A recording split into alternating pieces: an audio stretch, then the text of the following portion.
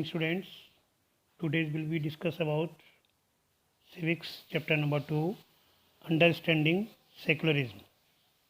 आज हम लोग सिविक्स का सेकंड चैप्टर अंडरस्टैंडिंग सेकुलरिज्म के बारे में डिस्कस करेंगे।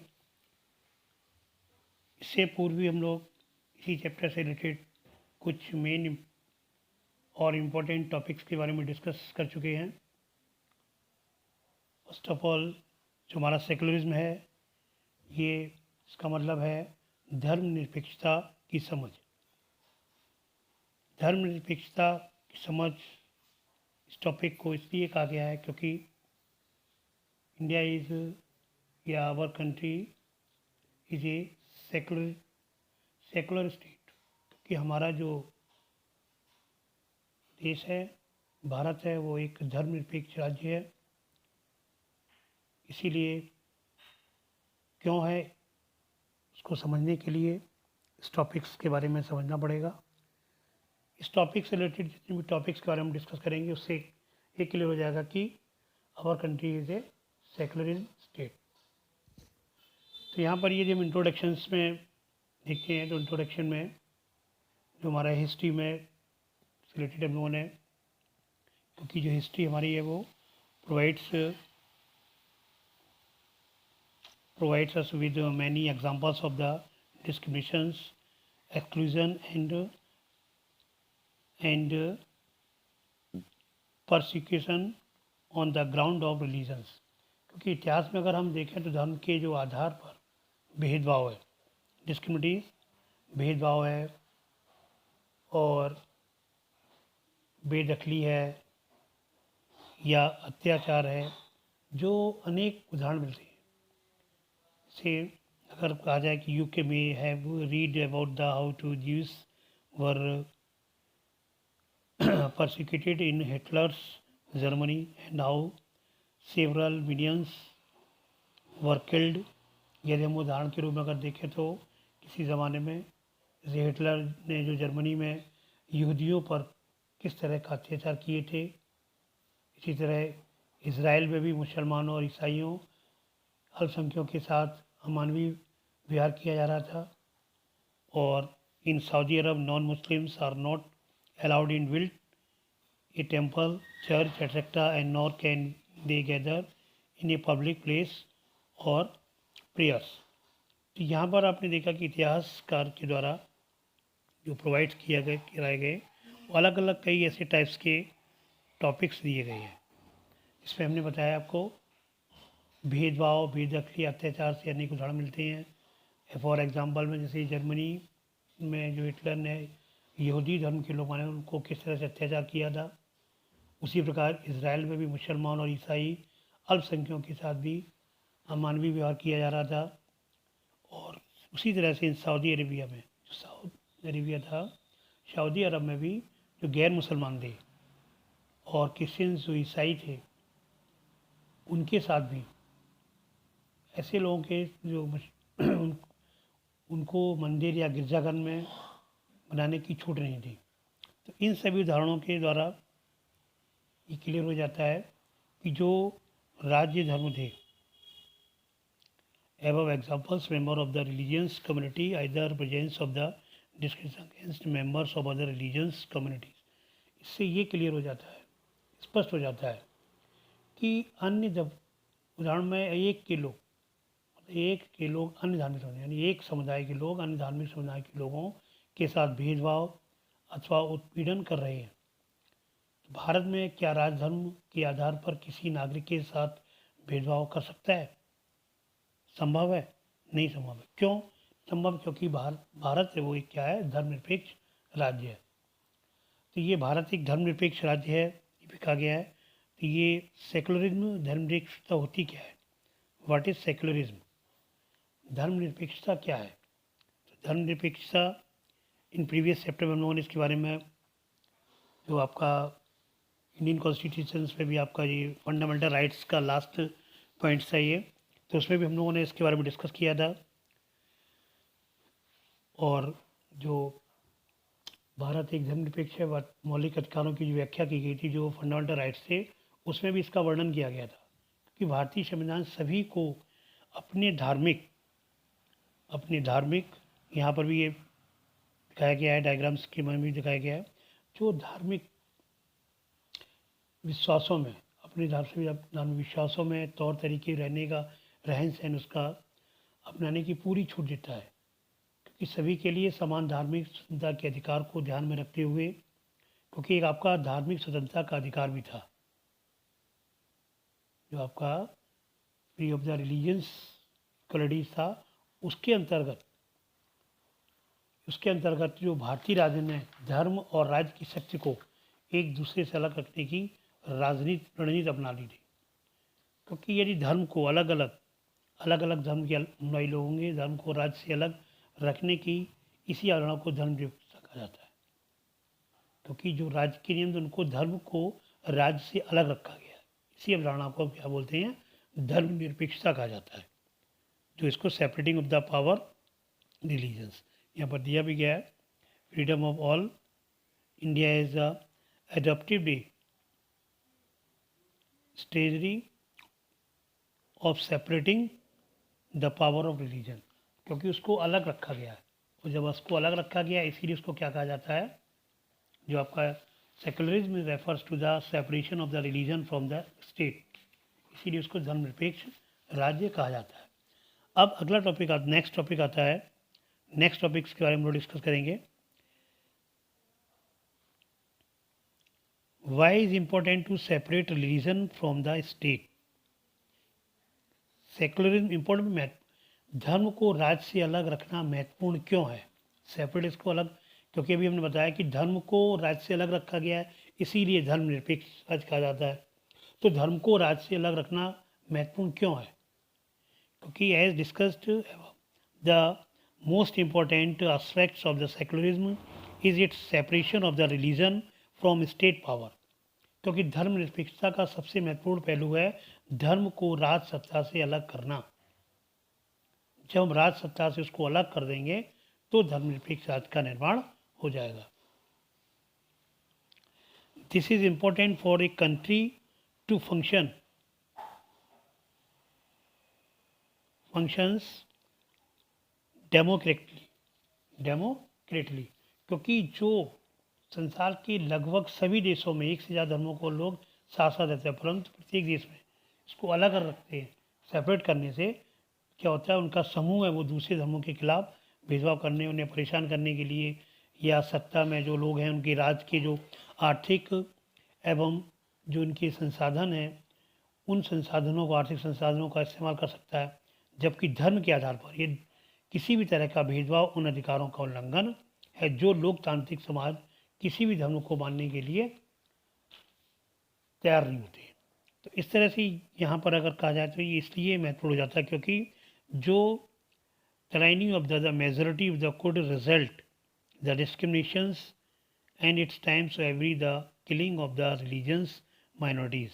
क्योंकि जो समय होता है वो किलिंग ऑफ द रिलीजन, जो माइनॉरिटी जो अल्पसंख्यक में, जो अल्पसंख्यक में धर्म होते हैं, कोई भी किसी भी समाज में जिस धर्म का सर्वोच्च स्थान होगा वो चाहेगा कि अन्य जिनकी जो माइनॉरिटीज़ में अल्पसंख्यक में उनको दबाने का प्रयास करेगा, और धर्मनिरपेक्षता के राज्य में ऐसा ही करने पर उसे कानूनी कार्रवाई की जाएगी। क्योंकि मौलिक अधिकारों का, जो हमारे कॉन्स्टिट्यूशन में जो फंडामेंटल राइट्स हैं उनका हनन है, तो उसके अंतर्गत उसका क्या हो जाए, उनका हनन किया जा रहा है, उनको इंटरफेयर किया जा रहा है। इसलिए सभी नागरिक जो एवरी सिटीजन्स है उनको कॉन्स्टिट्यूशंस के माध्यम से सभी को ये अधिकार दिया गया है, सभी को है कि इसके चलते लोकतांत्रिक समाज में राज्य और धर्म को अलग रखना इतना महत्वपूर्ण माना गया है।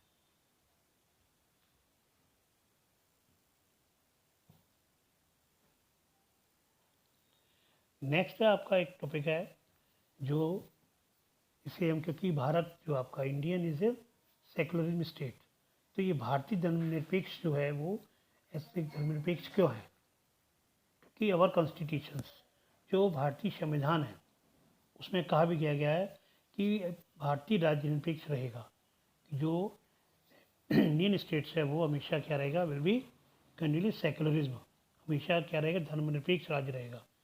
क्यों रहेगा, क्योंकि हमारे according to our constitutions. Only secularism state ही अपने जो ऑब्जेक्टिव्स हैं उनको साकार करने के लिए, उनको इम्प्रूवमेंट करने के लिए कुछ मेन पॉइंट्स हैं, कुछ मेन टॉपिक्स हैं, उनको उनके बारे में उसका प्रयोग करेगा।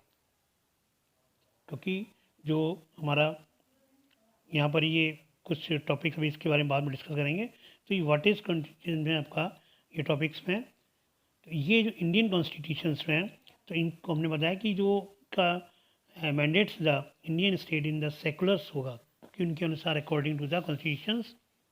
इसमें मेन्स है, नंबर 1 है that one religions community does not dominate another.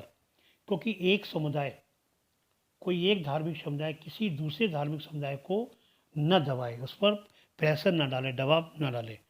दूसरा आपका सेकंड ऑब्जेक्टिव है, सेकंड ऑब्जेक्टिव क्या है, some members do not dominate other members the same religions community. इसमें कुछ लोग अपने ही धर्म के, कुछ ऐसे भी होते हैं जो अपने धर्म के जो गरीब हैं या ज़्यादा जिनको आर्थिक स्थिति अच्छी नहीं है, ऐसे लोगों को, अपने ही धर्म के अन्य सदस्यों को, अन्य पुअर कम्युनिटीज़ के अंदर लोग आते हैं, उनको क्या करें, ना दबाएं, उन पर प्रेशराइज ना करें, उनको बाध्य ना करें किसी चीज़ के लिए। और थर्ड आपका जो है ऑब्जेक्टिव्स, वो क्या, that the state does not enforce any particular religions, not take away the religious freedom of the individuals। यहाँ पर ये भी कहा गया है कि राज्य न तो, सेकुलर स्टेट्स के लिए फाउंडेशंस है, उनका उद्देश्य ऑब्जेक्टिव्स है कि राज्य न तो किसी खास धर्म को इम्पोर्टेंस जो उनको दे थोपेगा, और ना ही लोगों की धार्मिक स्वतंत्रता को छीनेगा। क्योंकि उन्हें जब फंडामेंटल राइट्स के द्वारा समानता दी, इक्वलिटी जो रिलीजन्स दिया गया है, तो उसमें उनको न दबाएगा और न उनसे छीनेगा, और किसी खास धर्म को उन पर ये अपना प्रेशर नहीं हमें करेगा। नेक्स्ट टॉपिक में द इंडियन, तो जो आपका इंडियन स्टेट्स है, work in the various ways to prevent the above dominance. तो इन्हीं टॉपिक को, इन्हीं उद्देश्य को लेकर के जो भारत की स्टेट है, राज्य है, आपका देश है, वो इन्हीं डोमिनेशंस को लेकर के कार्य करता है।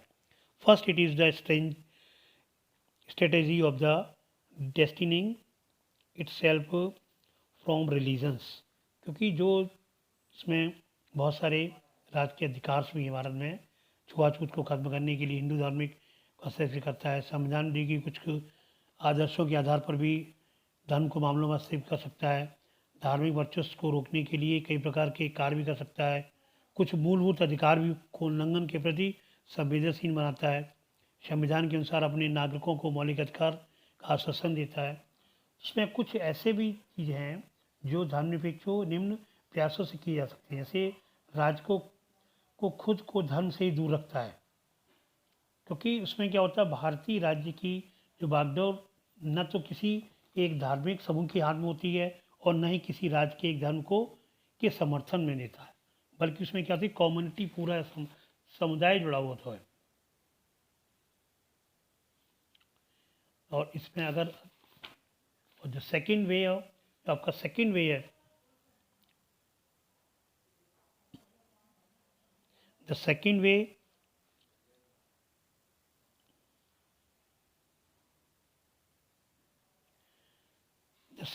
in which the prevent above. Second way, which Indians secularism works to prevent the above dominance in through a strategy of the non-interference। जो दूसरा है, इसमें हस्तक्षेप की नीति को कहा जाता है। क्योंकि हस्तक्षेप नीति से यहाँ मतलब होता है, इसका तात्पर्य कि सभी धर्मों की भावनाओं का समाधान या सम्मान करने और उनकी धार्मिक क्रियाकलापों में दखल न, इंटरफेयर नहीं करना, इंटरफेरेंस को दखल न देने के लिए राज्य कुछ ऐसे खास धार्मिक समुदायों को विशेष छूट देता है। और इसी प्रकार से नेक्स्ट जो आपका थर्ड वे है, थर्ड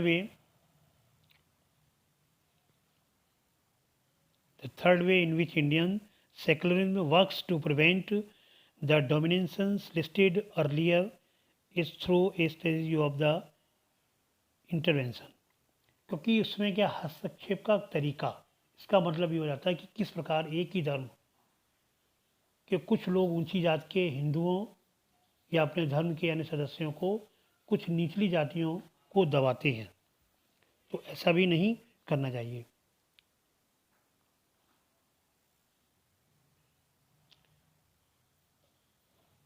कुछ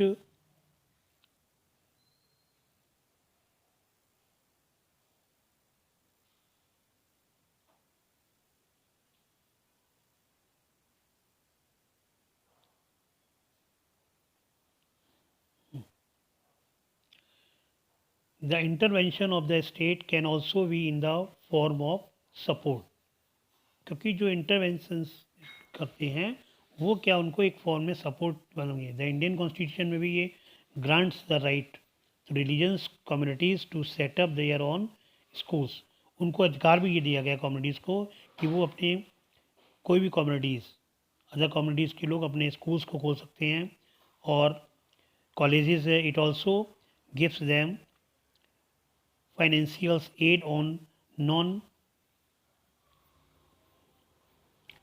किसी भी दूसरे आधार पर भी फाइनेंशियल पोजीशन उनकी आर्थिक स्थिति को भी वहाँ से लोन्स वगैरह या और भी बहुत सारी है वो उनको एड्स वगैरह दे दी जाती है।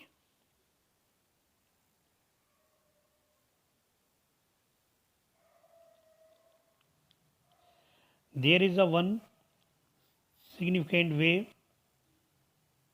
Indian secularism differ from the dominant understanding the secularism as a practices in the United state of America, क्योंकि अलग अलग यहाँ यूनाइटेड स्टेट या में भी है यही इन विच इंडियन कॉन्स्टिट्यूशन जो सेकुलर स्टेट्स हुआ भी है, तो वहाँ में कुछ अलग अलग नियम्स तो कुछ कंपेयर भी करके दिखाया गया, जिसके बारे में हम लोग कर सकते हैं दूसरे, क्योंकि वहाँ पर क्या है कुछ भारतीय धर्मनिरपेक्षता दूसरे लोकतांत्रिक देशों की धर्मनिरपेक्षता से किस प्रकार भिन्न है। तो अमेरिका के संविधान में संशोधन के जरिए विधायिका को ऐसे कानून बनाने से रोक दिया गया है जो धार्मिक स्वतंत्रता को रोकते हों। इसका तात्पर्य कि विधायिका किसी धर्म को राजकीय धर्म घोषित नहीं कर सकती है, कोई भी धर्म वो नहीं कर सकती है और ना ही प्राथमिकता दे सकती है।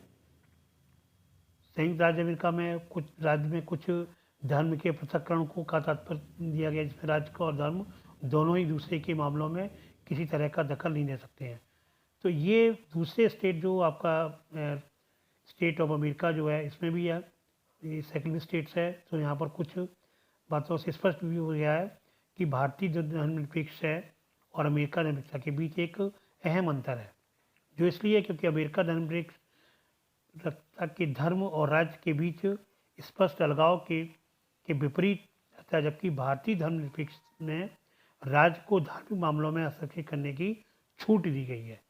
वहाँ पर अलगाव होता है, वहाँ उनके आधार पर होता है, लेकिन यहाँ पर क्या है कि राज्य को धार्मिक मामलों में हस्तक्षेप करने की पूरी छूट दी गई है। इसीलिए कुछ इसके भारतीय इंडियन कॉन्स्टिट्यूशन के द्वारा जो सेकुलर स्टेट है वर्क्स द वेरियस रीजन्स में दिया गया है यहाँ पर कर सकते हैं, जिसमें अभी मैंने से पहले बताया था कि भारतीय धर्मनिरपेक्ष राज्यों के प्रमुख अधिकार भी होते हैं, जिसमें छुआछूत को खत्म करना के लिए हिंदू धार्मिक क्रियाकलापों से भी किया गया, संविधान में दिए गए आदर्शों के आधार पर कुछ किया गया, संविधान के आधार पर अपने नागरिकों को मौलिक अधिकार का आश्वासन दिया जाता है। तो इस प्रकार से बहुत सारी चीज़ें जो हैं वो इसके अंतर्गत आती हैं। तो